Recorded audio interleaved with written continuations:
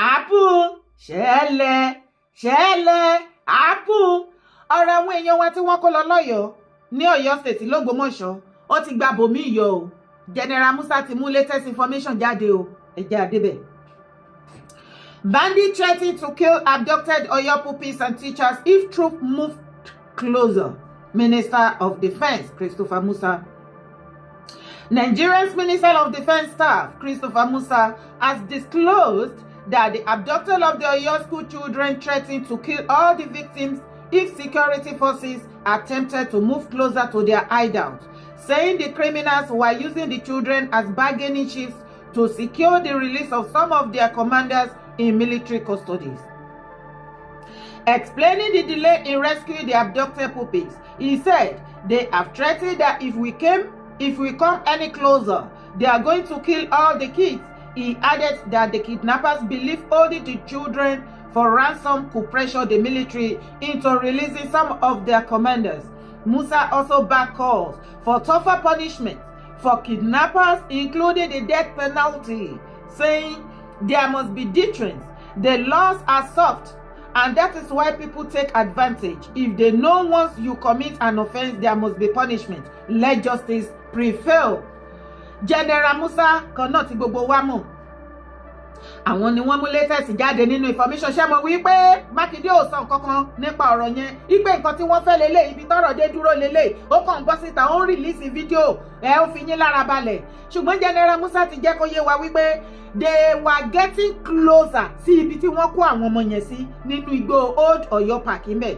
Ṣùgbọ́n information tó tẹ̀ wọ́n lọ́wọ́ ni wípé tó bá mú ìgbésẹ̀ tó bá sún ẹsẹ̀ síwájú sí ibi tí wọ́n dé dúró yẹn, wọ́n máa pa gbogbo àwọn ọmọ yẹn pátápátá àti gbogbo teacher àti everybody. Wọ́n ní ìdí tó sì ṣe hold wọn ni wípé àwọn commander terrorist wọn ó wà ní custody àwọn military base, àwọn military. Wọ́n wá fẹ́ fi àwọn ọmọ yẹn àtàwọn teacher yẹn láti fi bargain kí military kan release àwọn commander terrorist kan tó release àwọn ọmọ yẹn. Ṣé rí ibi tí ọ̀rọ̀ ń lọ? Makinde tó jẹ́ executive Ọ̀yọ́ state kò rí ìkọ̀kọ̀ sọ, kò ní information, kò ní anything. Pékélé arúgbó jẹ gbèsè ta ni ó san pa. Àwa wí Makinde wá ń gbé Tinubu sí under the bus, ó throw under the bus lọ́dọ̀ àwọn ọ̀tá ẹ̀. Ó ní èèyàn president of Nigeria o kò pé òun láti kí òun lórí àwọn ọmọ tí wọ́n kó bẹ́ẹ̀ ni wípé ó kàn bẹ́ẹ̀ ni kó ta lára. Àwọn àṣírí pọ̀ tí mo fẹ́ tú nínú fídíò yìí, mo fẹ́ kó farabalẹ̀ kó gbọ́ àlàyé mi ni o. Ṣé president ló máa kọ́kọ́ pè? Ṣé president ló máa pè? Ohun tí nǹkan ṣẹlẹ̀ ní territory ẹ̀ tó yẹ kó ti kọ́kọ́ mú tẹlifóònù, ta ló yẹ kó kọ́kọ́ pè? Kì í ṣe president ló yẹ kọ́kọ́ pè pé president o nǹkan bẹ́ẹ̀ ṣẹlẹ̀ ní territory ẹ̀ o kí federal kan dẹ̀ mọ̀ bó ṣe máa bá ẹ dá sí. Ṣùgbọ́n ò pé wọ́n ò fi lọ wọ́n òun ṣe níṣe wípé ọmọ Yorùbá jẹ́ ọ̀lẹ́jọ́ jẹ́ tó bá jẹ́ pé Haúsá àbí Southern àmì òun ló wà bí àti president, ṣé ìwà tí Makinde wù òun ló máa wù? No now. Kí ló dé tó ṣe jẹ́ wípé àwa ara wa Yorùbá la máa ń gbógun tira wa, ṣùgbọ́n tó bá ti di àwọn elédè kejì a máa ṣe bí dìdìrín lábẹ́ wọn. Ṣé ti rí nǹkan tí Makinde ń ṣe? Ṣùgbọ́n Makinde kí ọ̀rọ̀ ẹ̀ kó lè mọ̀ pé gbogbo aráàlú follow everything back to back. Bó o ṣe pé bàbá Tinubu tó lọ́jọ́ orí everything ló fi jù ẹ́ lọ. Tinubu ní àṣẹ láti scold ẹ tó bá ṣe bákan. Ṣé tọjọ́ orí ni ká pè ní àbí kí ni ká pè? Kí ló fà ní fi orí burúkú gan? Okay. Lẹ́yìn pé president láti sọ fún wọn ṣebí a rí wọn tán rán Nuru Ribadu NSA tí wọ́n rán Gbajabiamila títí wọn àti gbogbo wọn tán lọ sí oríire bẹ̀. Ìbàjẹ́ wípé ó pọ́nra ẹ lẹ́ni wọ́n á yà sọ́dọ̀ ẹ, wọ́n ò yà sọ́dọ̀ ẹ. Ẹ̀yìn ìgbà yẹn dẹ̀ ni wọ́n tún ti sẹ́ǹdì àwọn Nigeria Army tí wọ́n sẹ́ǹdì wọn lọ síbẹ̀. Ṣé ìwọ ló ń ṣe? Ẹni kí Makinde bọ́ síta ó wá fún yín ní latest information nípa àwọn ọmọ yẹn. Kò ní nǹkan kan, ṣùgbọ́n gbogbo nǹkan tí mò ń sọ tí ọ̀pọ̀lọpọ̀ yín sọ wípé irọ́ ni mò ń pa, ẹ wá wo fídíò kẹ wá wo confirmation òtítọ́, kẹ wá confirm wípé Makinde àti Ganiyu Ige Adams 5 and 6 ni wọ́n jọ ń ṣiṣẹ́ papọ̀ ni wọn ò fẹ́ kí Ìgbòho kó lọ rescue àwọn ọmọ yẹn. Yes, máa bọ̀ wá gbọ́ àṣírí, ẹnu ara ẹ̀ ló fi tú. So Ààrẹ Ọ̀nà Kakanfò ń lọ sógun kó gbé kámẹ́rà lọ sógun tí ò tí ì parí ogun. Result nǹkan tí ààrẹ bá mú bọ̀ lógun ni kámẹ́rà gbé jáde. Ààrẹ ò dẹ̀ ní lọ máa fly drones which is the secret part of intelligence report. Ó máa ṣó ẹ̀ fún àwọn ọ̀tá. Ààrẹ Ọ̀nà Kakanfò dẹ̀ níwà ní palace kó máa sọ pé a ti track yìí o, ìlú báyìí lẹ́wà o, ìlú báyìí lẹ́wà, ìlú báyìí lẹ́wà o. Òun náà ń pè ní catastrophe on security strategy. Gbogbo breakthrough tá a ti ní láyé yìí, gbogbo breakthrough tá a ti ní láyé yìí, ní rí wa tá a bá fẹ́ lọ sí operation yẹn, a ní record ẹ̀. Ọjọ́ tá a bá ti mú complete yẹn àbí tá a bá liberate àwọn yẹn, òun la ṣe máa jẹ́ kí ẹ̀rí. Èyí tí ó ṣẹlẹ̀ lẹ́yìn Àmúọ̀dọ̀fin just 3 weeks ago, obìnrin ọkàn ṣe Yorùbá, àwọn Yíbò kan àti àwọn ará Kútọ́nù, àwọn ọgbìn, àwọn adẹ̀wọ̀ tínúra wọn ò dẹ̀ rìkọ́ọ̀dì nígbà tó wọnú rà nígbà tó ń liberate fún máyẹ̀ tó ń lọ tó rìkọ́ọ̀dì síta. Èyí àwọn gbogbo kọ́ta ti ṣe ìlú adáwọ̀ fẹ́ ṣe operation ká rìkọ́ọ̀dì because o bá rìkọ́ọ̀dì tó ti lọ pòsì ẹ̀ àwọn ọ̀tá tó bá yẹ pé ibi tó ń gbé wọn dé tó bá gbé dé nugbó wọ́n bá rí pẹ̀tí pòsì pẹ̀tí close mọ́ àwọn wọn ti gbé wọn jìnnà. In the process you are putting the life of that person in danger. Àwọn tó ti mú yẹn tó bá rí pé ẹ ti ń gbé kíní ẹ sí mídíà jù ẹ ti close mọ́ wọ́n lè pa wọ́n. Wọ́n lè pa wọ́n. Wọ́n lè fẹ́ kí gbogbo Yorùbá mọ̀ ilẹ̀ Yorùbá mọ̀ pé ọ̀rọ̀ security ilẹ̀ Yorùbá wọ́n má ṣe wọ́n ṣe bá Yorùbá nation struggle jẹ́. Ẹ jẹ́ ká ṣòtítọ́. Wọ́n pariwo wọ́n pẹ́ nǹkan lẹ̀ pàtó bíjọ́ kejì tí local government ṣáà máa sọ pé wọ́n ti release àwọn yẹn. Ọlọ́pàá ti sọ pé wọ́n release àwọn yẹn. Àwọn tẹ́ ẹ sọ pé wọ́n ti release ní 2 weeks ago. Òun ọlọ́pàá ṣẹ̀ wá sọ pé àwọn làwọn release wọn o. Ibodè Sáádú ẹ̀wọ̀n ní kíkọ́ ṣe dáadọ́ Sáádú àtó ìjìnà sípò tó. Ibodè Sáádú làwọn ti lọ dislodge àwọn terrorists yẹn táwọn fi gbà wọ́n jáde. O sínú gbogbo ya fọ́tò o record bó ṣe ń gbé jáde. A lè máa tọ́ra wa lórí àgbọ̀lẹ̀ Yorùbá. Nǹkan tẹ́lẹ̀ ò dẹ̀ fi ń tọ́ra mi jẹ ni pé ètí bá lè ṣe díẹ̀díẹ̀ máa ṣe. But tá a bá fẹ́ ṣiṣẹ́ tá a bá fẹ́ kó tọ́ ni pé kí gbogbo àwọn ẹgbẹ́ tó wà lábẹ́ wa ká ṣiṣẹ́ pẹ̀lú ìjọba ó ní collaboration. Èkejì tí àwọn gómìnà bá gbà wọ́n kọ́ ọ̀fù state police ó ti kọ́ ọ̀fù state police nsìn ó ti lé ní more than 20 something years mo ti kọ́ ọ̀fù kí ìjọba ṣe state police on the structure. Ebi state police yẹn ní National Assembly ti ṣe báyìí. Wọ́n ń ṣe bíìlì ẹ̀ lọ́wọ́ ní gbogbo 36 states lọ́wọ́ báyìí. Kí president buwọ́ sí. Kí president bá di buwọ́ sí kí state police bá di wá ní tọ́ra wa jẹ mọ́. Ọpọlọ lẹ́yìn fi ń jagun ìdẹ́gbẹ́ gbogbo pé kárí mi. Àmọ̀tẹ́yìn bá tí OPC bá fẹ́ wọ pé lókè ògùn àrí kó less than 2 to 3,000 people wọ́ bẹ̀yìn. Olórí ogun bá fẹ́ jagun. Mo gbọ́dọ̀ agree pẹ̀lú kábíyèsí Aláàfin. Mo gbọ́dọ̀ bá ọba Ọọ̀ni of Ifẹ̀ sọ̀rọ̀. Mo gbọ́dọ̀ bá àwọn aláṣẹ sọ̀rọ̀. Kí tó wọ́n dá ọmọ ogun ilẹ̀ Yorùbá la pè é. Kí wá lọ kó 2,000 3,000 people wọnú igbó òkè o. Tí Gómìnà Makinde ò fọwọ́ sí. Ṣé mọ̀ pé èèyàn ti kógun wọ̀lú láì jẹ́ kó lórí ìlú mọ̀ nìyẹn. Ṣùgbọ́n tẹ bá ṣiṣẹ́ pẹ̀lú gómìnà wọn ò ní impose coffee ní ìsìn. Àìṣiṣẹ́ pẹ̀lú gómìnà ni gómìnà wò pé ta ló improve security architecture wẹ̀yì. Gbogbo strategy táwọn ti ń map láti lẹ̀ ẹni yìí máa ti ń dàrú mọ́ àwọn lọ́wọ́ pẹ̀lú fídíò tó ń ṣe pẹ̀lú ní gbogbo plan ta ní bóyá wọ́n fẹ́ praise ransom ni àbáwọn ọlọ́pàá fẹ́ hit wọn ni ọ̀bọ̀ ẹ̀ máa dàrú wọ́n ṣe declare coffee experience ni a ti mọ̀ pé ìjọba á ṣe owó ẹ̀ fún ẹ tó bá collaborate pẹ̀lú torí tó bá lọ gba ṣáì mọ́ ìjọba lọ́wọ́ àwọn aráàlú á máa pariwo pé kán resign if an individual organization bá ti ń ṣe iṣẹ́ security kí ló gbowó kí ló gba location fún kí làwọn sọ́yìn ẹ̀ fún kí ló campaign fún so rival wà láàrin èèyàn àtijọba tó bá collaborate pẹ̀lú mo fẹ́ fún yín ní good example tí ẹ̀yin bá jẹ́ landlord nílé tó ẹ̀ kò lónìí nílé ìwọ ló gba gate man ìwọ ló gba chef ẹnìkan wá ní òun fẹ́ wọnú ilé ẹ̀ òun fẹ́ ṣọ́nú ilé ẹ̀ láì gbàṣẹ lọ́wọ́ ẹ̀ ló má gbà fún possible báwo àwọn ẹlòmíì tó sọ̀rọ̀ ní social media máa ní sórí àwọn ilé ìpínṣà oyè ààrẹ ọ̀nà kakanfò máa ń ṣe oyè kékeré tí máa lọ gùn sọ́wọ́ ìjọba tí mi ò ní bá ìjọba sọ̀rọ̀ tí máa lọ place wọn lọ́wọ́ tó wá fi mí gba star mi ò dé ọwọ́ tí mo wà yìí nítorí mi ò ń ṣe ọ̀rẹ́ ìjọba tó wà lórí oyè aṣọ rẹ̀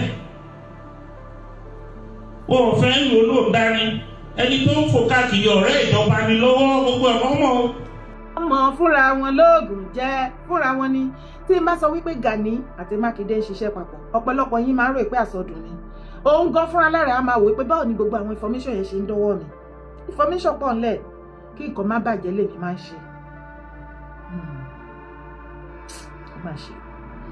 nínú nǹkan tí Gani sọ nínú fídíò yẹn èwo ni àti ìsọtẹ́ tí ìgbọ̀n bẹ̀ ọ̀pọ̀lọpọ̀ yín á máa rò pé irọ́ ni ká lè mọ̀ wípé Gani Adams ó ń ṣiṣẹ́ papọ̀ pẹ̀lú Makinde ká ti bẹ̀bẹ̀rẹ̀ ó ní ìgbà tí Ìgbòho wọ inú igbó Old Ọ̀yọ́ Park tó wá súnmọ́ ibi tí àwọn abductor tó ń kó àwọn èèyàn wa látògbómọ̀ṣọ́ tó ń fẹ́ máa súnmọ́ bẹ̀ ó ní Makinde tètè gbé curfew jáde kí ló wá tún sọ nítẹ̀síwájú ó ní nítorí wípé Makinde èèyàn state governor wá wọ wípé just commoner person kan ó ń bọ̀ wá outshine òun ní state òun ó fẹ́ wá gboríyìn iṣẹ́ mọ́ òun lọ́wọ́ àbó ògbọ́ lẹ́nu ẹ̀ bóyá kò tútù play kó gbọ́ ṣe ráyè Makinde ṣe rí bó ṣe ń fi ẹ̀mí àwọn aráàlú tó fi ń tàfàlà a ní kò jólúrè ṣe ó dì gbọ́kọ́ lọ́wọ́ olúrè ó dì gbàdá rẹ̀ ọmú kọ́gi láti ìgbà tó ti kó wọn lọ ǹjẹ́ rí ẹni information kankan pàtó báyìí kó jáde látẹnu Makinde ò ní information kankan kò ní information kankan èyí tí mo kà fún yín tí General Musa sọ báyìí Makinde ò wà wé kò mọ̀ kankan torí kò bá federal ṣiṣẹ́ papọ̀ ó ń dá ṣiṣẹ́ ní bó ṣe wà yẹn ẹ̀yin Ọ̀yọ́ state ẹ̀ tí mọ̀ wípé ó gọ̀dù lẹ́wà ṣùgbọ́n kí ìsẹ́nìtẹ̀ bá ṣe yín bó ṣe wà yẹn Makinde ti dá dúró fún ìjọba rẹ̀ kò forí sí abẹ́ ìjọba bàbá Tinubu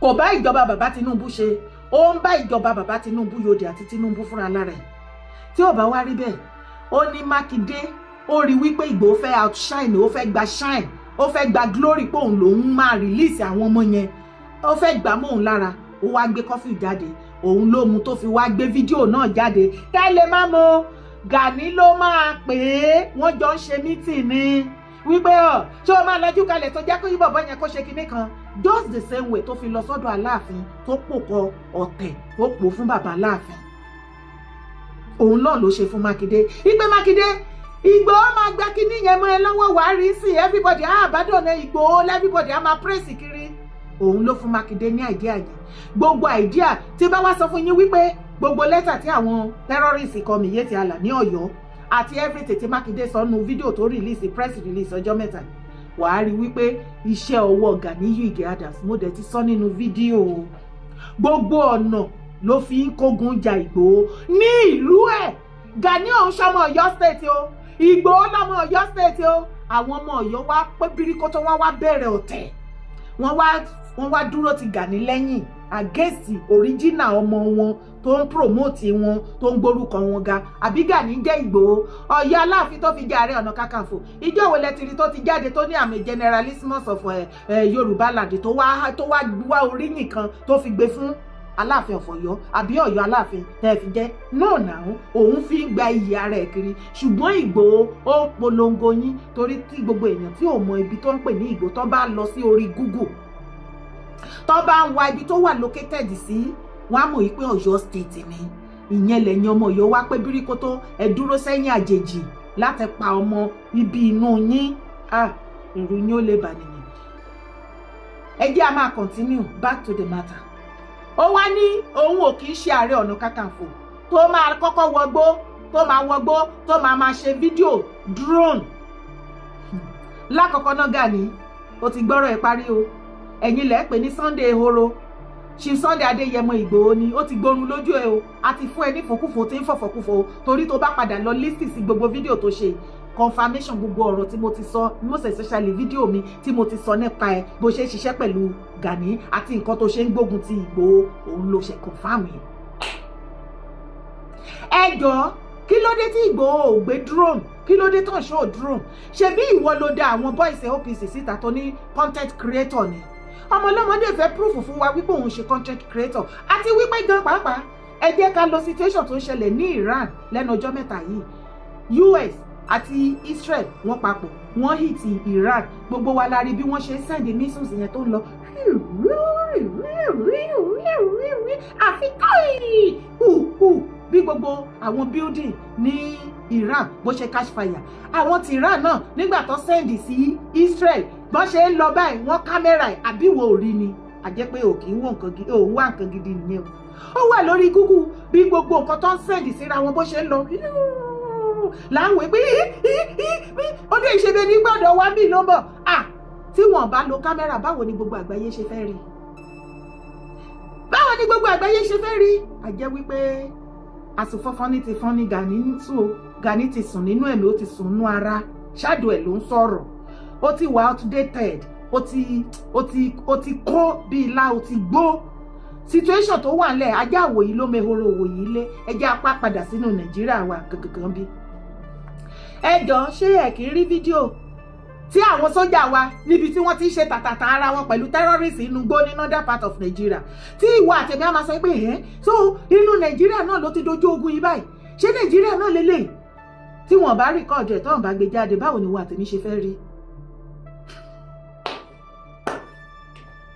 Ó tún ní òun táwọn àtàwọn ọmọ òun bá fẹ́ lọ ṣiṣẹ́, àwọn ò kì í kọ́kọ́ ṣe fídíò wípé ẹ̀yin enemy ìjọba ìyá máa ń bọ̀ wá bá yín, ìkíní kan máa ṣe kíní kan.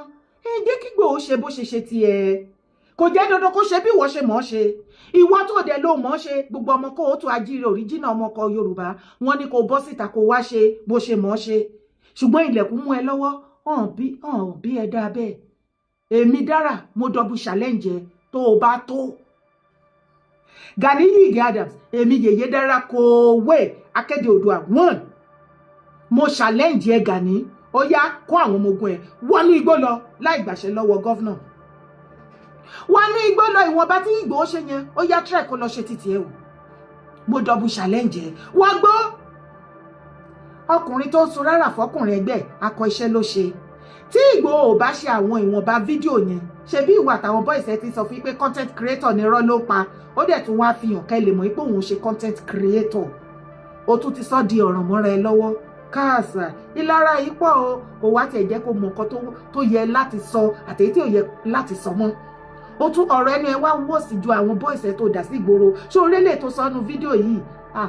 Aṣọ ìyá ara ẹ àfìgbà tó ń tó bọ́, mo dẹ̀ rí tó bọ́ aṣọ white ọrùn ara ẹ, mo wá rí red lọ́rùn ẹ. Aṣọ red ló ń wọ̀ kiri kí n jẹ́wọ́ fún ẹ, nǹkan tí gbogbo àgbáyé rí lára ẹ nìyẹn. Ìwọ nìkan lórí rẹ pé òun wọ white, red òun nìkan ni wọ́n rí lára ẹ nínú ẹ̀mí. Tó bá try anything pẹ̀lú mi, á backfire sórí ẹ ní ọ̀nà méje, ní ìlọ́po méje. Don't try me. Ó tún tẹ̀síwájú. Ó lẹ́ni tó bá máa ṣe irú nǹkan bẹ́ẹ̀ yẹn, á kọ́kọ́ lọ gbàyè lọ́dọ̀ Aláàfin, á tún lọ gbàyè lọ́dọ̀ Ọọ̀ni. Ṣé bó ti lọ sọ́dọ̀ Aláàfin, ṣèbá Aláàfin ṣígun fún ẹ? Ó ṣe bẹ́ẹ̀, ó fi wọ́n gún lágídí bẹ́ẹ̀ ni pé ó gbọ́ nǹkan kan. Aláàfin ní Gani àsìkò ti tó kó wọgbó lọ. O kò dènà eléyìí ẹjọ́ òfàtàdánù ló ń rò kiri. Ẹ bá rí ẹ lọ́dọ̀ bàbá wa Ọọ̀ni Ìrìṣà. Tó bá lọ padà wo fídíò yẹn, wàá ríra ẹ ó rí pẹ̀sìn lókù tó ń ṣe káàkiri àgbáyé. Even gan brọ́dà wa tó jókòó tiẹ̀ tó fi sọ̀rọ̀ ọjọ́ ẹ ti sú. Ìgbà tó lọ sọ́dọ̀ bàbá Ọọ̀ni náà, bàbá gan kọ̀dẹ̀ ò ṣáà wí nǹkan tó fẹ́ wí kó máa bá tiẹ̀ lọ. Ẹ̀tẹ́ lókù tó wá ń tẹ́ káàkiri ayé, bó ti ń tẹ́ lọ́wọ́ akọ ló ń tẹ́ lọ́wọ́ abo, bó ti ń tẹ́ lọ́wọ́ ọmọdé ló ń tẹ́ lọ́wọ́ àgbà. Gani ò tí ì mọ̀ wípé àsìkò ẹ ti tán nílẹ̀ Yorùbá, ohun tí gbogbo Yorùbá ń sọ fún ẹ nìyẹn. Ó tún wá tẹ̀síwájú. ó ní nítorí ìgbà tí Ìgbòho fẹ́ wọnú igbó yẹn lọ tó fẹ́ lọ gba oríyìn ìgbà yẹn ni Makinde gbé kọfí jáde ṣe bó ó ti confam ẹ bẹ́yẹn.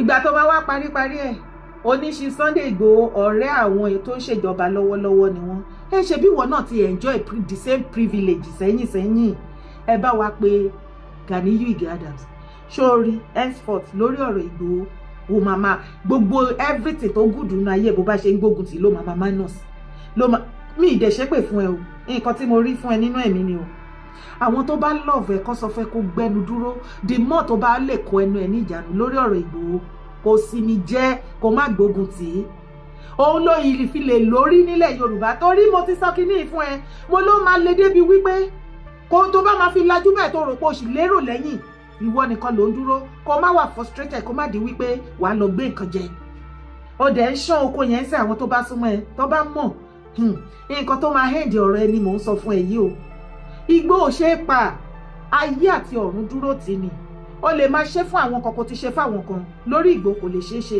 lọ sọ fún Makinde pé 1 billion Makinde ò lè rí nǹkan kan ṣe fún Ìgbòho ó ti try gbogbo ọ̀nà ẹ̀ èyí tó kù láti sìn lọ títí wọ next year tó fi máa kúrò ńbẹ̀ tí ò bá jáwọ́ lórí ọ̀rọ̀ Ìgbòho bẹ́ẹ̀ ó dẹ̀ fẹ́ jásẹ̀ ni kò yé ni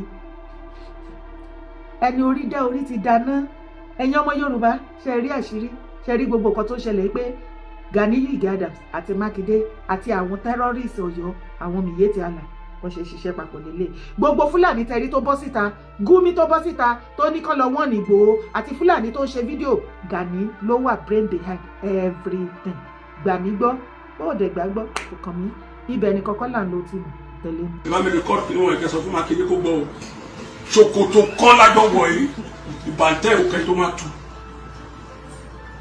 òkèlì tó máa tú ẹni tó bá ti gbẹ̀yìn dání kó. I was the sole person that you saw in your election 4 years ago. Níbo náà ti wá dá àbádà sọ́run ọmọdé tó sọ pé òun máa tọ́nu ẹ̀ sí gbàgàdì. Àbádà aṣọ ṣèmí wọ́n dá sọ́run ẹ̀hún kò lábádà. Oníṣẹ́ lè bẹ̀rẹ̀ kọ̀ǹbàtì sí gbàgàdì. Ẹ jẹ́ ọ́sà o. Ẹgbẹ́ àwọn bàbá wọn ni jẹ́ o. Ẹ máa tàwọn àgàbù wọ́n jù mí lọ mo dẹ̀ respect wọn lájọ sí gómìnà. Wọ́n ti mú mi. Study dáadáa. Gbogbo ogun tó bá sọjọ́ pé mo ré pa ẹni tí Buhari gbé mo ré pa ẹni ẹ̀kẹta tó máa ṣáàjì mi sí kóòtù ni mo ń lọ mú bọ̀ ni tó bá ti mọ̀ tó máa sọ fún ẹ o ṣùgbọ́n tó bá ti lè lọ forí kó jàkárí wò la máa bẹ̀rù èyí o iṣẹ́ ayé la wà nínú ẹ̀ sá o má tọ́ mi o gbogbo ibi tó ń lọ nílọrin tó ń lọ ṣògùn nípa mi àwọn mẹ́rin tápátá torí mi ìfá òṣè kó tẹ́ kó kàbọ̀ nílọrin wọ́n rò pé mi ò mọ̀ ṣíọ̀ ẹjọ́ gbogbo ẹ̀kọ́ bí púpọ̀ fún Ondo State àwọn wọlé gẹ́gẹ́ mẹ́ra họ ajagun ní ohun tó rà gbogbo ní mo já ọ first tẹ̀lé ogun second tẹ̀lé ogun èmi rè báyìí o wọ́n rò pé máa lọ sí FCC mi ní padà dé kò sẹ́ni ológbò tó lọ lé ẹkùn tó pọ̀ ní akọni ni o ṣòkòtò lájọ wọ ìsá o ìbá mi lè kọ́ ìpínlẹ̀ wọn ẹ̀kẹ́ sọ fún Makinde kó gbọ́ o ṣòkòtò kọ́ lájọ wọ̀ yìí ìbàntẹ́ òkèlì tó máa tú òkèlì tó máa tú ẹni tó bá ti gbẹ̀yìn dání kó fọgbọ́n máa gbé o àwọn tó ti ṣògùn sí Makinde ti pọ̀ kò jẹ́ kó gbọ́ táwọn èèyàn tó ràn lọ́wọ́ mọ́ wọ́n ti kọ́kọ́ lú ẹ̀. máa tàwọn Agagu is a very foremost leader the senior governor I was in their set amúròmbá ní ìṣẹ́gbẹ́ wọn sá o tó o bá ní ká nítumọ̀ mi lè bá mo ti gómìnà mọ́ bọ́ mo lè tapá mo lè sọ̀rọ̀ tó yẹ kó máa bàá lórúkọ jẹ́ kó ní rí nǹkan kan fi tó ní rògbò fi ṣe kó má lè wá mọ́tò ẹ̀ lọ́bẹ̀ sá o I have an audience in this country tó o bá ti kọjá yìí abẹ́rẹ́ ti sọ̀sọ̀kúsọ nípa ẹ̀ abẹ́rẹ́ ti sọ̀tàn tí ò yẹ kó gbọ́dọ̀ yọ state ṣùgbọ́n gẹ́gẹ́ bí àgbàlagbà gbọ́dọ̀ túlé ká àgbàlagbà gbọ́dọ̀ jẹ́ sọ pé dandan wọn gbọ́dọ̀. mo wí náà bàbá Fáyọ̀ṣe ẹ ṣeun tẹ́ là wá níyè ẹ ṣì wá lójú oògùn ló ń ṣiṣẹ́ ló ń dáhùn lára Mákindé mayor Fáyọ̀ṣe bàbá òṣòkò mọ́lẹ̀ kí ló dé tí Mr. Ayọ̀ Fáyọ̀ṣe tó wá tẹpí mọ́lẹ̀ lórí ọ̀rọ̀ Mákindé ó lóun máa bá ẹ dé lásàjíǹde tóun ò bá bá ẹ kanlẹ̀ òun ò ní fi ẹ́ lẹ̀ tó já sí pé lẹ́yìn ìgbà tí tẹ́nà ẹ bá tún ní next EMA ogun ṣẹ̀ṣẹ̀ wá fẹ́ bẹ̀rẹ̀ pẹ̀lú ẹ I am very sure 1000% sure wípé EFCC lẹ́tà ẹ̀ ń dúró already wọ́n ti draft lẹ́tà ẹ̀ already ayé ó dojú ẹ̀ Mákindé so oògùn ló ń dún lára ìgbà tó tẹ̀ tí ń dé àkàrà Mákindé tí Mákindé fúnra lára ẹ̀ tó finú fídọ̀ tó lọ ń jẹ́ àkàrà òkú ara ẹ̀ ìgbà ẹni mo ti mọ̀ pé wàhálà ti ṣẹlẹ̀ wàhálà ò ti wá ṣẹlẹ̀ báyìí abẹ́yìn ò gbọ́ gbogbo àṣírí tí Mákindé ń tú ni so àwọn Christian mẹ́ta lọ́kan ló ń ṣiṣẹ́ lára ẹ̀ báyìí àwọn aláàfáà ní Ọ̀yọ́ state ẹ̀yin ará Ọ̀yọ́ ìwàhálà yín pọ̀ gan ni o wọ́n láwọn àwọn aláàfáà wọ́n ti fi tírà gba ẹ̀ nífun àwọn ológun ẹ̀yin tọ̀yọ́ eriwo yàyàgbó ẹ ti sàsí o wọ́n tún wá paríparí ẹ̀ wọ́n ní wọ́n ti fi aleluya yí orí àti iyì fún Mákindé nítorí ẹ̀ ní gbogbo ọ̀rọ̀ òṣèyẹ mọ́ ti dojúrú bí ẹsẹ̀ tẹ́lọ̀ mìíràn tí ó bá wá rí bẹ́ẹ̀ tí wọ́n bá máa fi aleluya kan ti fi yí iyì fún Mákindé kí Mákindé má mọ̀ nǹkan tó ń ṣe mọ́ kí Gani máa sọ wípé Mákindé mọ̀ọ́mọ̀ kò fẹ́ kí anybody kó gba oríyìn pé wọ́n rìlíìsì àwọn tí wọ́n kó látògbómọ̀ṣọ́ ọmọ ọdún méjì ọmọ àkọ́kọ́ tí wúmà yẹn pọ̀ sẹ́yìn wá bẹ́ẹ̀ o wọ́n ti gbé orí Mr. Oyedokun o so nítorí wípé o ò fẹ́ kí anybody wá gboríyìn òun ló ṣe pé bàbá Tinubu sí nítorí o ò fẹ́ kí anybody wá gboríyìn Chief Sunday Adéyẹmọ Ìgbòho tó rédì láti fàyàrọ àtàwọn bọ́ìsẹ̀ o ò fẹ́ kán lọ gbà wọ́n sílẹ̀ torí o ò fẹ́ kán gboríyìn mọ́ ẹ lọ́wọ́ ok ìwọ tó wá fẹ́ gboríyìn ó yá ibo nọ̀rọ̀ dé dúró Mákindé bọ́ síta wá fún wa ní latest information ẹ̀yin ọmọ Ọ̀yọ́ state ṣé ti rí ẹ ti wà ní oh God go for big bad thing bẹ́ẹ̀ ṣe wà yẹn ẹ̀ tí mọ̀ wípé inú ewu ni gbogbo yín wà tó jẹ́ sí wípé tí àwọn terrorists bá ṣíjú sí Ọ̀yọ́ state lẹ́nìí kọ́ wá máa kó yín lógúnlógún lọ́gbọ̀lọ́gbọ̀ kọ́ máa attack yín back to back Mákindé ò ní gbà kí anybody kan wá support yín òun fúnra lára ẹ̀ ó fẹ́ gboríyìn kò dẹ̀ ní nǹkan kan tó fẹ́ ṣe ṣẹ̀ráyé tó jẹ́ sí wípé àwọn tí wọ́n lọ gbólógbòmọ̀ṣọ́ tó sì wà ní ọ́ndà àwọn pípù yẹn Mákindé ló ń jẹ́ kó sì máa wà ń bẹ̀ títí dìsín torí kò fẹ́ kẹ́nibọ̀dì rescue wọn òun ló fẹ́ rescue wọn òun ló fẹ́ gboríyìn ìtìsẹ̀bọ̀ oríyìn wọ́n ti gé orí Mr. Oyedokun kò dẹ̀rọ tàwọn ọmọ òkókó tó wà ń bẹ̀ tó bá jẹ́ pé ọmọ Mákindé wà ń bẹ̀ ńkọ́ ẹ wo situation tó ṣẹlẹ̀ ní ọjọ́ ọmọ Yorùbá 5 òun ni wọ́n náà tẹpa àwa wí tán àwọn ọmọ Ọ̀yọ́ wọ́n bínú tán wọ́n fárígá ẹ̀yin kan tún wá dìde lọ́yọ̀ọ́ ẹ̀ ń kàmú wọn dáhùn mí ní kẹ́ má kàmú wọn dáhùn bọ̀ mo rò wípé àsìkò ti tó ọmọ Yorùbá ẹ jí ẹ má sùn mọ́ kí ni tiẹ̀ lórí burúkú gan mo ti sọ nínú fídíò mi kò sí ọjọ́ tí mo rí tí ìran ọmọ kóòtù àjíire Yorùbá tó ń gbé ní north tí wọ́n kọ́ sí any kiosk ńbẹ̀ kò sí ọjọ́ tí òríjìnà ọmọ kan kóòtù àjíire Yorùbá tó ń gbé ní south east àbí south south tí wọ́n kọ̀ sí wàhálà kankan débi tá à ń gbariwo wọn pé àwọn ọmọ Yorùbá community náà dẹ́ wàhálà lẹ̀ kí ló dé tí northerner àti ọmọ Yíbò àti south south everybody gbogbo ẹ̀yà tó máa fìyà jẹ wá lórí ilẹ̀ wa tí ẹ̀yin àgbàgbà máa di wá lọ́wọ́ mú bá gbọ́dọ̀ ṣe kankan enough is enough ẹ̀yin àgbàgbà yẹ lọ ṣọ́ ara yín o níbi tí ọ̀rọ̀ dé dúró nísìnyí tí àgbà tí ò bá kẹun sọ̀rọ̀ lásìkò yìí ó máa kẹtọ sáré lọ́wọ́ wa ká tó kọjú sí àwọn tó kù tó wá fọwọ́ gbá wa lórí mọ́lẹ̀ nílẹ̀ Yorùbá àsìkò ìjìyà ẹ̀yin àgbàgbà ti súnmọ́ ẹ̀yin àgbàgbà tẹ́ bá rí tí àwọn other tribe tí wọ́n ṣe bí olórí burúkú fáwọn Yorùbá tí àgbàgbà yẹn bọ́ síta tó sọ wípé tẹ wá dì wá lọ́wọ́ mú tí èèyàn ọmọ Yorùbá ò bá lè mú àgbàlagbà yẹn kẹ́ fi pàrọ̀ kò ránṣẹ́ sáwọn tó kù ajẹ́pọ̀kù sọ́wọ́ yín ẹ̀yin àgbà ìkà ẹ wà ń bẹ àwọn àjèjì other tribe wọ́n máa balẹ̀ Yorùbá jẹ́ wọ́n máa pa àwọn ọmọ Yorùbá lórí ilẹ̀ bàbá wa ṣùgbọ́n àwa ọmọ agbósí yín lẹ́nu àbàyín lójú jẹ́ gbogbo every other area tá à ń gbé kò sí ọjọ́ kan tó ń gbé ìròyìn ìbàjẹ́ kan wá wípé àwọn ọmọ yín tó jẹ́ Yorùbá community lọ́dọ̀ wọn wọ́n ní wọn lára abẹ́gbọ́n ni no now wọ́n wá máa wá sí ilẹ̀ wa wọ́n máa ṣoríṣiríṣi fún wa bẹ́ẹ̀ ẹ máa dì wá lọ́wọ́ mú kí ni gbogbo orí burúkú gan. ọbẹ̀ kọ́kọ́ láàrín dára èyí tí mo fẹ́ gbé wọlé yìí ó lẹ́tìkẹ́ ní o wá o.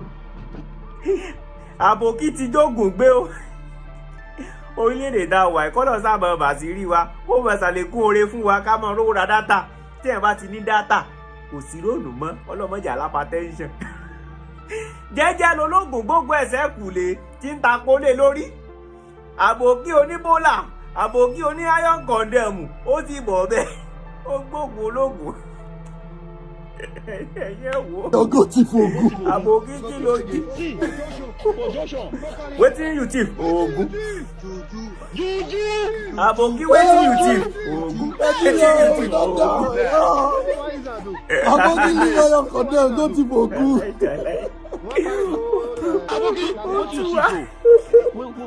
Oh Jesus! Ipò wá sí oògùn mọ́lẹ̀ tó gbógun ológun. Serious.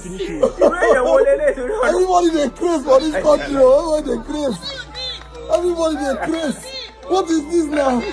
Aboki ni iron condemn go ti fogun.